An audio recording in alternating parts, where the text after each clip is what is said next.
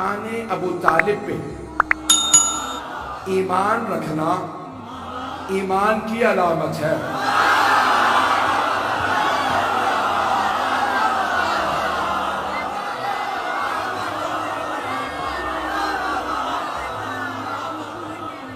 میں نے کہا تھا جملہ دہراؤں گا نہیں، اور واقعہ آپ نے حق ادا کیا ہے۔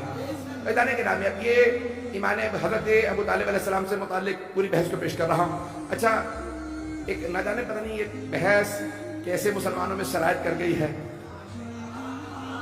کہ کسی اور سے متعلق یہ بحث نہیں پیش کی جاتی۔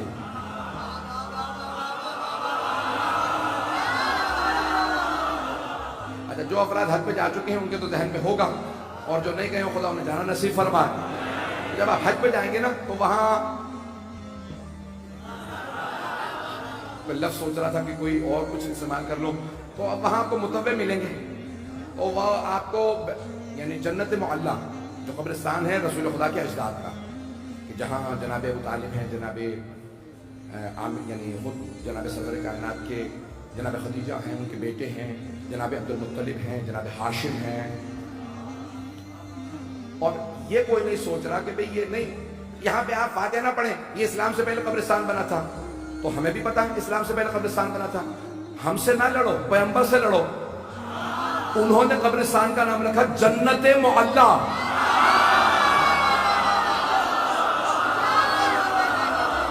حبیب خدا نے نام رکھا جنت معلیٰ، جنت بھی نہیں، جنت معلیٰ، جیسے ہے کربلا معلیٰ۔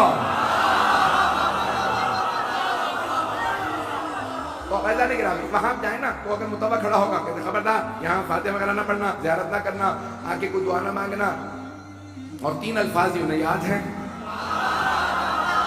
یہاں پہ اگر فاتحہ پڑھو گے، دعا مانگو گے، ذریعے پہ زیارت کرو گے تو بدعت ہے، شرک ہے، حرام ہے۔ میں بار بار کہہ رہا ہوں، نہ جانے کہ 3 الفاظ انہیں کون دے گیا۔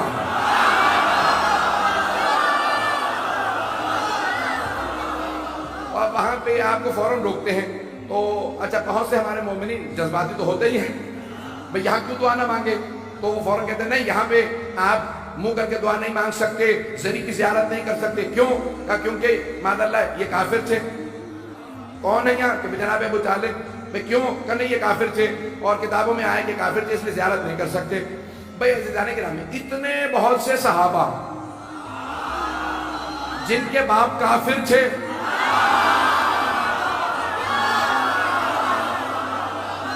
میں توہین نہیں کر رہا ہوں، میری عادت ہی نہیں ہے بالکل بھی۔ عزیزان گرامی، بھئی کتنے بہت سے ایسے لوگ تھے جن کے باپ جو ہیں وہ کافر تھے، لیکن کہیں پہ ضد نہیں ہے۔ ضد ہے تو جناب ابو طالب سے، تو وہاں پہ متوع کھڑے رہیں گے کہ نہیں یہاں زیارت نہیں کر سکتے کیونکہ ان کی زیارت کرنا جائز نہیں، بدعت ہے، حرام ہے، شرک ہے۔ کہ کیوں؟ کہ یہ کافر تھے، اور کہا کہ بہت سی احادیث بھی پیش کی ہیں کہ کیا بھئی پیغمبر اسلام نے ان کو کان میں کہا چچا جان آپ کلمہ پڑھ لیجئے، میں روز قیامت آپ کی شفاعت کر دوں گا۔ پیغمبر نے کان میں کہا تو ایک بات تو واضح ہو گئی کہ شفاعت ہے، نہیں پہنچا سکا۔ تو وہ کہتے ہیں پیغمبر نے، رسول خدا نے جناب ابو طالب کے کان میں کہا، میں کتاب کا حوالہ نہیں دے رہا ہوں، آپ کو معلوم ہے کہ اس کی دل آزاری نہ ہو جائے کتاب کا نام لوں گا تو کتاب میں آیا، ہماری مستند ترین کتاب ہے قرآن کے بعد وہ کہتے ہیں، تو اس میں لکھا ہوا ہے کہ رسول خدا نے کہا چچا جان کان میں کہا چچا جان آپ کلمہ پڑھ لیجئے میں آپ کی شفاعت کر دوں گا۔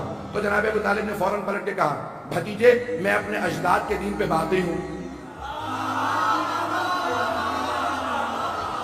تو ہمارا عقیدہ تو پہلے یہی ہے کہ اجداد رسول خدا، اجداد معصومین سب کے سب با ایمان ہیں، تو اگر انہوں نے یہی کہا تو ہمارا مطلب ثابت ہو گیا۔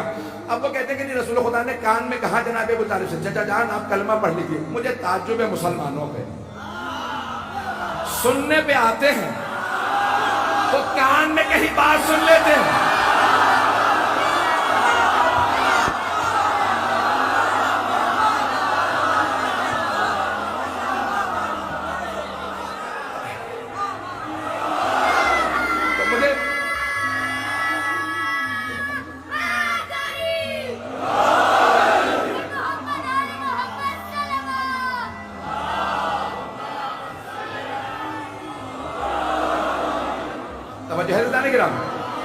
مجھے تعجب ہے مسلمانوں پہ، سننے پہ آتے ہیں تو کان میں کہیں بات سن لیتے ہیں۔ بھائی کان میں بات اس لیے کہی جاتی ہے تاکہ کوئی اور نہ سنے، نہیں پہنچا پائے. مجھے اگر انتظامیہ سے کچھ کہنا ہو نا، میں کان میں کسی کے بات کہہ دوں تو کان میں کہنے کا مقصد یہی ہے تاکہ آپ لوگ نہ سنیں. تعجب ہے مسلمانوں پہ، سننے پہ آتے ہیں تو کان میں کہیں بات سن لیتے ہیں، اور نہیں سننے پہ آتے تو غدیر میں چیخ چیخ کے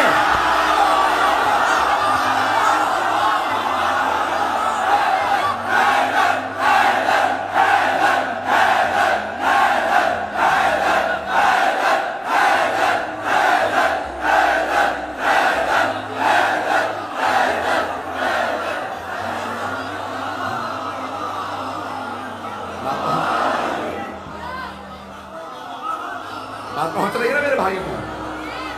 تو جانے کی رامی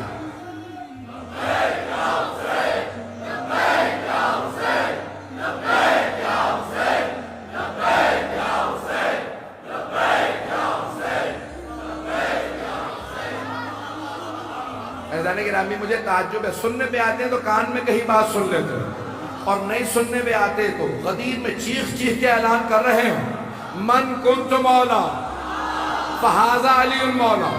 اور وہاں پہ کسی کو سنائی نہیں دے رہا. ایک صاحب سے پوچھا بھائی آپ غدیر میں موجود تھے، پیغمبر نے کیا کہا؟ تو انہوں نے منہ بنا کے کہا میں ذرا دور بیٹھا تھا. انہوں نے دوسرے سے کہا تو تو سب سے آگے بیٹھا تھا. بھائی آپ تو سب سے آگے بیٹھے تھے تو آپ نے کیا سنا؟ کہا سنا میں نے لیکن دیکھ نہیں سکا. کہا سب سے آگے بیٹھے تھے دیکھ نہیں سکے. کہا سورج کی روشنی بہت زیادہ تھی. مجھے نہیں پتا سورج کی روشنی زیادہ تھی یا علی کے چہرے کا نور.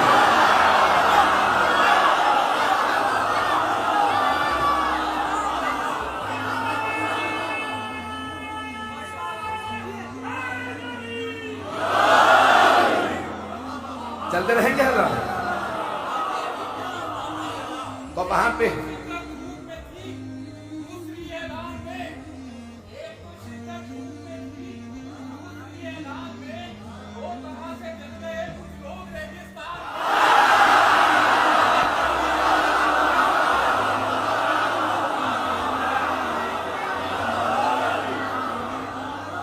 سب کا باب مدینہ العلم جو ایک ہے. تو عزیزان گرامی وہاں پوری بحث یہ ہے، وہ کہتے کہ نہیں آپ ان کو یہاں پہ آ کے سلام نہیں کریں، زیارت نہیں پڑھیں، اور یہ بدعت ہے. اور پیغمبر اسلام نے کان میں کہا تھا. اور بھئی اچھا ٹھیک ہے کان میں کہا تھا تو آپ کو کیسے معلوم ہے؟ کہ اس کے 3 راوی ہیں. آج 3 پہ چلتا رہے گا سارا سلسلہ. تو میں 3 راوی بتا رہا ہوں، میں کسی کی توہین مقصود نہیں. تینوں راویوں کی جلدی نام سن لیجیے. پہلے راوی ہیں عبداللہ ابن عباس، دوسرے ہیں عبداللہ ابن عمر، تیسرے ہیں ابو ہریرہ. تو 3 راوی ہیں. اور وہ کہتے ہیں قریش کے سارے سردار جمع تھے. پیغمبر نے ایک مرتبہ سرور کائنات نے آ کے اپنے چچا کے کان میں کہا چچا جان ایمان لے آئیے میں آپ کی شفاعت کر دوں گا. تو اب آئیے ذرا دیکھتے ہیں. میں تو تجزیہ کروں روایت کا، کیونکہ روایت کے اوپر تجزیہ جائز ہے. علم رجال کی بحثیت ساری اسی پہ، شیعہ سنی سب علم رجال کی بحثیت. پہلے عبداللہ ابن عباس، ذرا ان سے متعلق تجزیہ کر لیجئے، جو اس وقت 2 برس کے تھے. وہ تو روایت کر نہیں سکتے. یہ شاید آپ کے ہاں کراچی میں روایت 2 برس کے بچے سے شروع ہو گئی ہوں، تو خاموش نہ بیٹھیے گا. وہ تھے 2 برس کے. دوسرے ہیں عبداللہ ابن عمر، وہ کہتے ہیں میں وہاں بھئی قریش کے سرداروں کا جلسہ تھا، قریش کے سردار جمع تھے، تو آپ وہاں کیا کر رہے تھے؟ بھئی جب سردار جمع ہوتے ہیں نا وہ اوروں کو نہیں آنے دیتے، اور اس زمانے میں تو اور زیادہ پابندیاں تھیں، پتہ نہیں لوگ ہیں یا نہیں. تیسرے ہیں ابو ہریرہ، وہ بھی مسلمان ہی نہیں ہوئے تھے. وہ مسلمان ہوئے 9 ہجری میں. 9 ہجری میں مکے کے اندر ابھی سردار جمع ہیں. تو اب یہ 3 راوی میں نے تینوں کا بتا دیا آپ کو کہ صورتحال کیا ہے. بہرحال اب وہاں پہ پیغمبر اسلام نے کان میں کہا چچا جان آپ ذرا کلمہ توحید دہرا دیجئے. آج تک شیعوں میں تلقین باقی ہے کہ جب انسان دنیا سے جا رہا ہو تو اسے فوراً کہو اپنا عقیدہ دہرا لو. میں مانتا تھا لا الہ الا اللہ محمد الرسول اللہ علی ولی اللہ، اور میں مانتا تھا کہ علی کے 11 بیٹے بھی امام ہیں. پہلے کا نام حسن، اور روایت میں ہے کہ 12 تک سب کے نام دہراؤ اور ایک مرتبہ کہو کہ تم قرآن کو مانتے تھے، سیدہ کو مانتے تھے، سارے عقیدے کو دہراؤ۔ تو دہرایا عقیدہ اس کے لیے جاتا ہے جو با ایمان ہو، بے ایمان کو آخری وقت میں نہیں کہا جاتا۔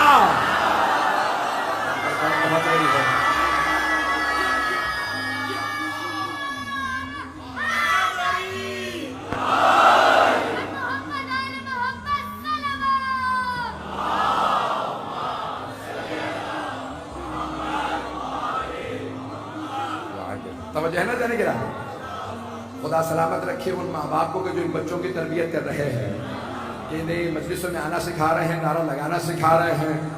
ایزان گرامی ہے، میں پیش کر رہا ہوں تو وہاں سردار جمع تھے، اور ایک مرتبہ جناب ابو طالب علیہ السلام سے اگر کہا سرور کائنات نے تو ہمارا عقیدہ یہی ہے، شاید اسی لیے یہ ہمارے ہاں رائج ہے۔ چھٹے امام نے کہا کہ جو مرنے والا ہو اسے کہنا عقیدہ دہرا لے، اور مرنے کے بعد قبر میں بھی جب دفناؤ تو دوبارہ عقیدہ دہرا دینا۔ ایک جملہ یہاں پہ کہوں گا، اپنی ذاتی کیفیت بتا رہا ہوں۔ یقین مانیے کہ موت کے بعد جو تسکین مجھے محسوس ہوتی ہے نا، وہ تلقین پہ ہوتی ہے کہ پروردگارہ تیرا شکر ہے تو نے ہمیں لاوارث پیدا نہیں کیا، نہ جانے قبر میں کون کون جائے گا، کیسے کیسے جائے گا، تیرا شکر ہے تو نے ہمیں علی کا ماننے والا بنایا، قبر میں بھی جائیں گے تو مولا